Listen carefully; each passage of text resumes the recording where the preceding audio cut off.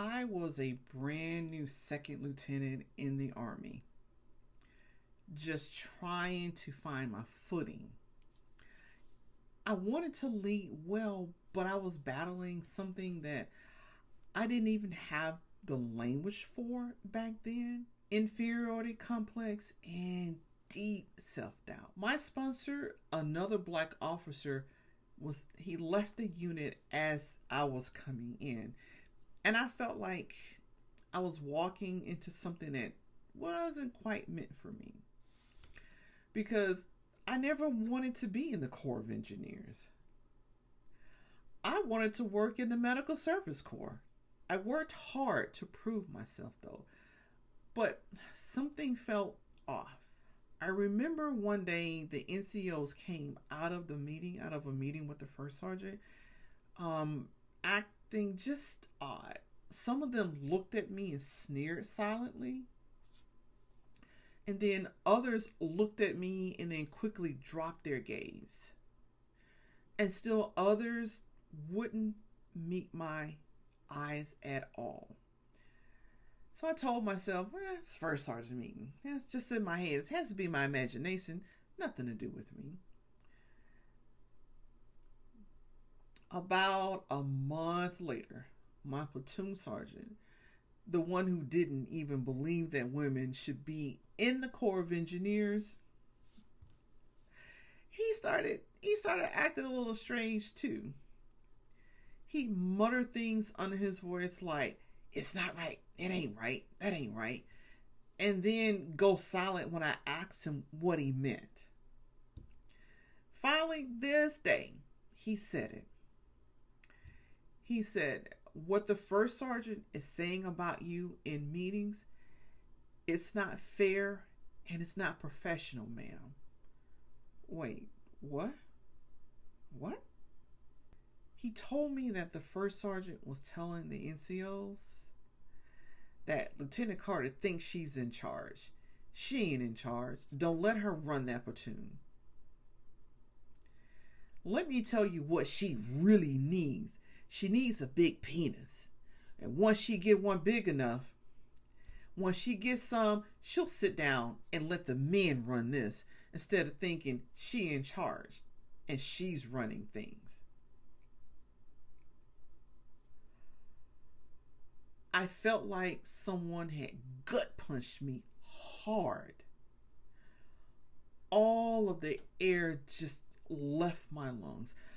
I remember being stunned, and then I was humiliated.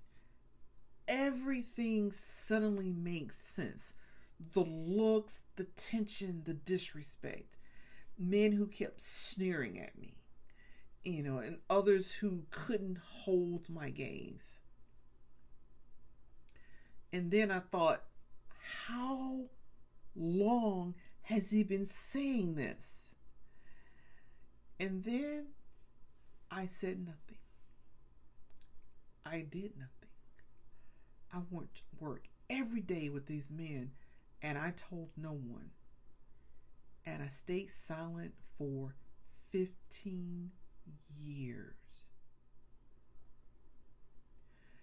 It wasn't until I was in an employee support group years later, listening to other women share their workplace trauma, that I finally found my voice. And as I told my story, I cried like it had just happened, because in my body, it still felt like it had just happened. 15 years later, let that sink in. That's how long I carried that workplace trauma. And that's why I became a certified Unbreak My Soul safe space facilitator, to offer what I didn't have, a real space for women carrying the emotional toil of workplace trauma. And when I say safe, I actually mean that. In our group, what's said in the group session stays in the group session. There are no recordings and cameras on or off, whatever you choose. You can even change your scream name if that brings you more comfort and safety.